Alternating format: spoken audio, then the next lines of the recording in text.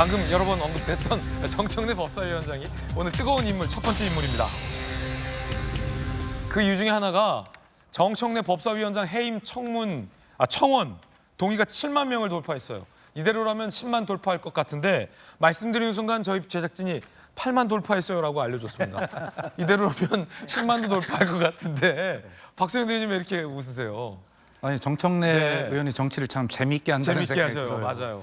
아니 이렇게 그 국민들을 만나 뵈게 되면 저에게 박 의원도 좀 정청래 의원처럼 하세요라고 하는 분들이 있고 또 정청래 의원처럼 하면 안 됩니다 이렇게 하는 분들이 있어요. 네. 박수 의원은 박수 의원 스타일대로 정치를 합니다. 그럼요. 예.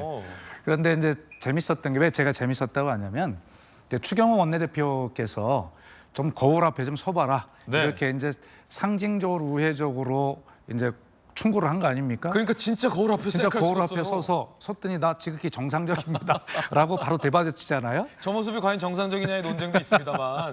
예. 그런데 정청래 의원이 저렇게 반응을 안 하고 다른 식의 반응을 할 수도 있었죠. 네. 그런데 그렇게 유머러스하게. 반응하지 않고 유머러스하게 또 저렇게 넘어가는 것, 저 의미 행간에 담긴 추경호 원내대표의 발언의 의미나 정청래 의원의 저 되치기 발언의 의미를 모르는 국민이 누가 있겠습니까?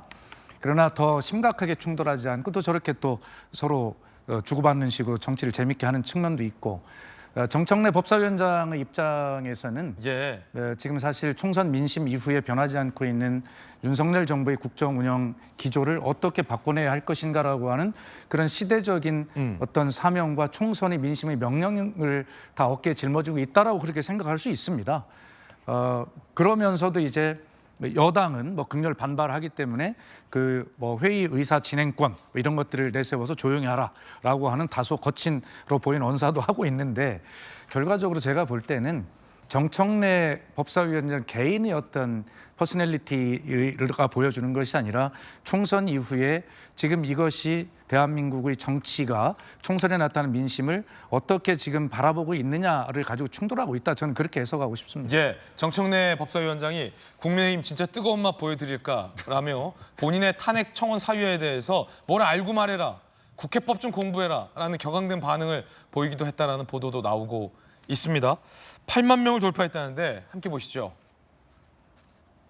정청래 법사위 독단 운영, 10분간 퇴장하세요. 막말 협박 권한 남용, 정청래 해임 요구 국민동의 청원이 8만 명을 돌파했습니다. 그러면 요건은 충족되죠. 그러자 정청래 뭘 알고 말하랴. 법 위반 사항 없이 국회법대로 한 것이다. 진짜 뜨거운 맛 보여드릴까? 라는 입장을 그제 내기도 했습니다. 조금 전 본인이 이렇게 밝혔어요. 나에 대한 해임 청원, 불행하게도 법사위 소관이 아니라 운영위 소관이다. 법사위 소관이었으면 더 좋았을 텐데 안타깝다. 라는 얘기를 정청래 법사위원장이 조금 전 하기도 했습니다. 법사위원장 탄핵 동의 청원이 운영위 소관이에요?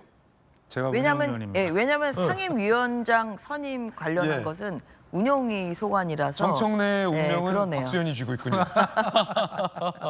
정청래 탄핵 청문 하실 거예요? 운영위원. 아니 정청래 의원 본인이 밝혔잖아요. 네. 그 지금 한참 진행되고 있는 윤석열 대통령 탄핵소추 청원 네. 청문회 그러자 또 반대 청원이 올라왔잖아요. 그것도 하자. 네. 정청래 의원이 나에 대한 청원 하겠다 이미 네. 밝혔잖아요. 운영위원으로서 들어줄 수밖에 없죠. 와.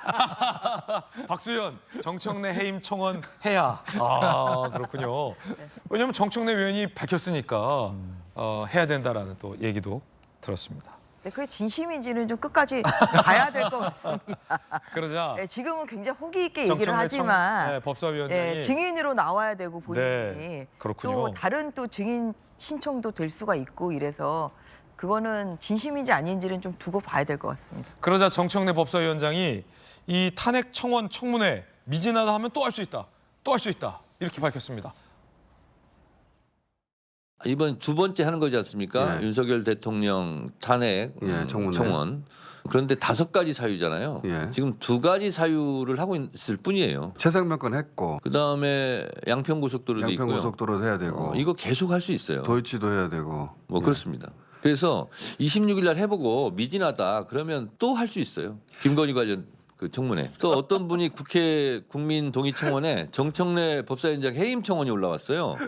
그 6만 명이 넘었더라고. 그래서 그것도 그러면 청문회를 하자. 다 좋다. 근데 정청래가 국회법을 어기지 않았는데 나는 몇 조 몇 항을 어겼는지 국회법을 누가 어기고 준수하는지. 그러자 성일정 의원이 정청래 법사위원장을 강하게 비판했습니다. 들어보시죠.